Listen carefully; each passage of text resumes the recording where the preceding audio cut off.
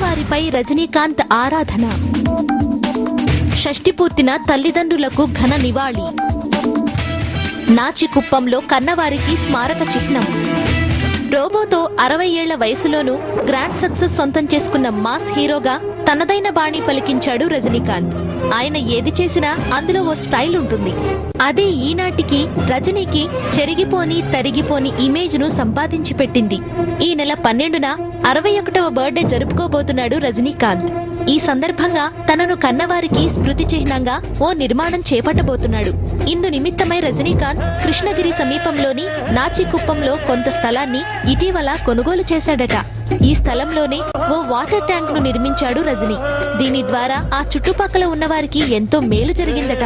ఇలా ఏది చేసినా తనదైన బాణి పలికించే రజనీ కన్నవారి స్మారక చిహ్నం సమీపంలో ఇంకా ఏ సేవా కార్యక్రమాలు నిర్వహిస్తారో చూడాలి. ఒకటే ఒక్కడు మునగాడు, ఊగే మెచ్చిన పనివాడు, ఇదికి తలొంతడు చేనాడు, తల ఎత్తుకు తిరిగే మొనగాడు. భూమిని చేసే ఆయుధమేలా, పువ్వుల కోసం పొడవళ్ళేలా, మోసం దేశం మరచిన నాడు ఆనందాలే విరియును చూడు. ఒకటే ఒక్కడు మునగాడు, ఊగే మెచ్చిన పనివాడు, ఇదికి తలొంతడు చేనాడు.